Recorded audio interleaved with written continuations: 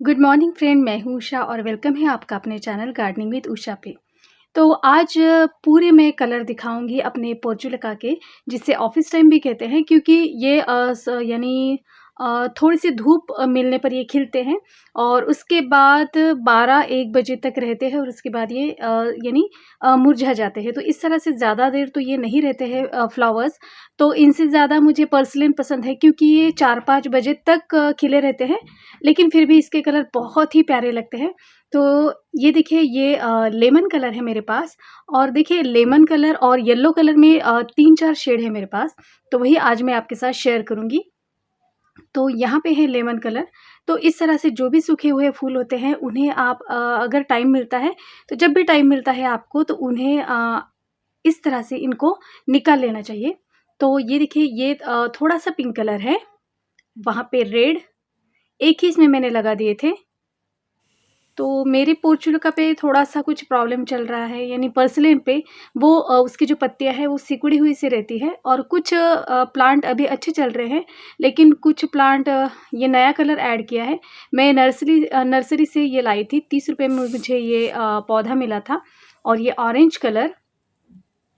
तो इस तरह से पर्सिलेन और पोर्चुलिका के जितने भी मुझे कलर कहीं अगर नर्सरी भी अगर मिल जाते हैं तो मैं उसे परचेज़ कर लेती हूँ। और ये मैजेंटा कलर और उसी में वाइट कलर और ये देखिए बेबी पिंक कलर है, ये अभी खिला है। एक छोटी-सी ब्रांच लाई थी मैं और वो भी लग गए हैं।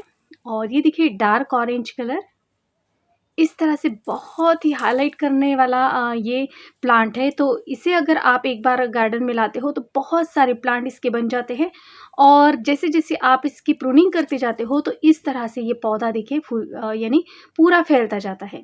तो ये देखिए पिंक कलर और ये देखिए मैंने जैसे कहा था कि लेमन कलर और ये एक अलग है, यानी हल्दी कलर भी कह सकते हैं, येलो कलर। तो इस तरह से सूखे हुए फूल जब भी मुझे वक़्त मिलता है तो मैं निकालती ही रहती हूँ और जहाँ पर फूल खिल चुके होते हैं वहाँ पर कोई भी फूल या कली नहीं आती, तो उस ब्रांच को आप तोड़ दें और इस तरह से उसकी ग्रोथ अच्छी तरह से होती है और बहुत बुशी बनता है प्लांट। और अभी तो ये शुरुआत है और बाद में देखिएगा इस पर कितने सारे फ्लावर्स आते हैं। और ये मेरी पर्सलेन जो मुझे बहुत ही प्यारी लगती है।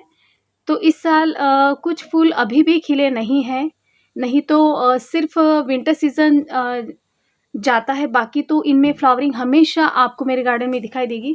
लेकिन इस साल क्या प्रॉब्लम हुआ है मुझे भी नहीं पता चल रहा है, लेकिन अभी तो कुछ फूल खिल रहे हैं। देखिए ये सिंड्रेला वैराइटी है और यहाँ पर वही सारे पोर्चुला, एक ही इसमें मैंने 2 कलर लगा दिए थे, रेड और ये थोड़ा-सा उसमें अबोली कलर कह सकते हैं आप। तो इस तरह से ये फिर से लेमन कलर और ये कॉमन वाला जो रेड होता है, तो वही कलर है पर्सलेन का। तो अभी तो यानी ज़्यादा कलर नहीं खिले हैं, तो जैसे-जैसे कलर खिलते जाएँगे तो मैं आपके साथ शेयर करती जाऊँगी। तो इस तरह से ये ब्रांच आपको तोड़नी है क्योंकि इस पर अभी फूल भी नहीं बनेगा और कलियाँ भी नहीं आएगी। नहीं तो इसकी ब्रांच अगर आप नहीं तोड़ते फूल खिल जाने के बाद, तो इसकी ग्रोथ वहीं पे रुक जाती है। और ये देखिए ये येलो कलर में रेड शेड, तो मैंने इसे ऑनलाइन परचेज़ किया था और इनका नंबर भी था मेरे पास। लेकिन क्या हुआ कि जब मैंने नया फ़ोन लिया तो वो सारे नंबर उसमें से चले गए हैं। तो इन सेलर का नंबर अभी तो फ़िलहाल मेरे पास नहीं है और मैंने ये नंबर यूट्यूब से ही लिया था। तो अभी जब वो वीडियो भी मुझे याद नहीं आ रहा है, तो जैसे ही कभी ये मिला तो मैं आपके साथ ये शेयर कर दूँगी इनका नंबर। और वैसे भी बहुत सारी साइट है जहाँ पर आपको ये पर्सलेन की ऑफ़िस टाइम की सारी कटिंग्स मिल जाती हैं। तो इस तरह से ₹10 कटिंग जब सीज़न नहीं होता तब, नहीं तो मैंने तो ये ₹30-30 की ली थी उस बार। लेकिन ये मेरे गार्डन में बहुत सारे बन चुके हैं और इसके कलर भी। और देखिए इनके सीड्स गिर जाने के बाद यहाँ-वहाँ ये सारे अपने आप देखिए खिलते जा रहे हैं। तो इसके सीड गिरते जाते हैं और बहुत सारे प्लांट फ्री में तैयार होते रहते हैं। और ये ग्रैंडिफ्लोरा का मैजेंटा कलर, बहुत बड़ा-सा फूल होता है इसका और मैं सोच रही हूँ कि इसकी भी मुझे 2-4 वैरायटी बुलानी है। तो इस तरह से देखिए ये पूरा प्लांट बुशी हो गया है और कुछ ऐसे ही मैंने 5-6 कटिंग ली थी और एक ही जगह पे कुछ ऐसे ही लगा दी, इनका कुछ करना नहीं है, लेकिन मुझे अच्छा लगा। देखिए कितना घना लग रहा है और 7-8 ब्रांच मैंने एक ही जगह पे लगाई है सॉरी। तो इसे मैंने पिंचिंग की थी इसकी और ये बहुत ही अच्छे से ग्रो कर रहा है। तो देखती हूँ ये कैसा लगेगा। और इस तरह से इन सब की मैंने देखिए ये भी ऐसे ही लगाई है छोटी-छोटी और बहुत ही हेल्दी ग्रो हो रहे हैं। और इनको भी मैंने प्रून कर दिया था, देखिए इस तरह से। और ये मेरे सारे विंग का जो मैं हमेशा आपको दिखाती हूँ, और फ्लावरिंग देखिए इन पर कितनी सारी है। जो आप नर्सरी से प्लांट लाते हो तो उसके पत्ते कुछ येलोइश होते हैं और कुछ ज़्यादा ही बड़ा होता है। तो सबसे पहले आपको ऊपर उसके ऊपर वाली टिप्स यानी उसकी जो हाइट होती है उसे कम करना है। इसलिए उसकी आप पिंचिंग करें और उसके बाद देखिए आपका पौधा भी ऐसा ही हो जाएगा। तो मैं सारे सीड्स से ग्रो करती हूँ इसलिए ज़्यादा प्रॉब्लम मेरे प्लांट में नहीं आती। लेकिन जब नर्सरी से लाते हैं तो एकदम से पौधा लगाने के बाद मर जाता है या कुछ इसमें ग्रोथ नहीं होती या और सारे प्रॉब्लम होते हैं। तो देखिए ये सारी मेरी पर्सलेन इनमें प्रॉब्लम शुरू हो गई थी। इनके पत्ते ऊपर ही ऊपर कर्ल हो रहे थे और बढ़ भी नहीं रहे थे और हाइट भी उतनी की उतनी ही रह गई थी। तो इन सब की मैंने यानी सिर्फ रूट रखे थे यानी थोड़ी ब्रांचेस, एक भी पत्ता इन पर नहीं रखा था और सब की मैंने कटिंग कर दी थी। तो पूरा प्लांट कट करने के बाद देखिए ये 15-20 दिनों के बाद का रिजल्ट है आपके सामने।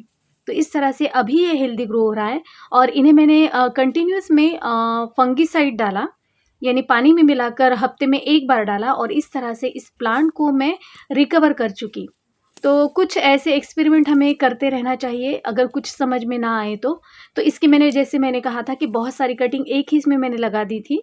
तो इस तरह से हम इस प्लांट को बचा सकते हैं और अपना जो प्लांट होता है उस पर थोड़ा-सा कुछ जैसे रिकवर करना अगर आपको आता हो तो कुछ यानी हम एक्सपेरिमेंट कर सकते हैं। तो इस तरह से ये बहुत ही हेल्दी अभी ग्रो हो रहे हैं। देखिए, अब जब इन पर फ्लावर आएँगे तो कितने सारे फूल खिलेंगे आप सोच भी नहीं सकते। तो ऐसे ही सभी प्लांट मेरे पिछले साल के थे लेकिन जैसे मैंने कहा था कि अभी बहुत प्रॉब्लम चल रहा है यानी तेज़ धूप में थे शायद इस वजह से इसके पत्ते सिकुड़ गए या और कुछ प्रॉब्लम है मुझे कुछ भी समझ में नहीं आ रहा है। तो सिर्फ़ मैंने इनकी कटिंग लगाकर इतनी ज़्यादा लगा दी है और उनमें से जो भी प्लांट हेल्दी ग्रो हो रहे हैं तो उन्हें मैं रख रही हूँ खिलने के बाद और बाकी प्लांट को निकाल रही हूँ। तो इस तरह से यहाँ पर मैंने रखे हैं सारे पोर्चुलिका और पर्सलेन और ये ग्रैंडीफ्लोरा और यहाँ पे देखिए एक वाइट पर्सलेन सॉरी मॉस रोज़। तो ये देखिए ये इस तरह से कुछ पत्ते इसके कर्ल हुए हैं।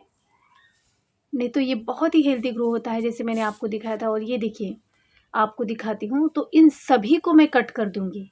देखिए पत्ते वहीं पर है, फूल भी खिल रहा है लेकिन वो भी अच्छी तरह से ग्रो नहीं हो रहा है। तो यही प्रॉब्लम अभी चल रहा है मेरे पर्सलेन और इनमें।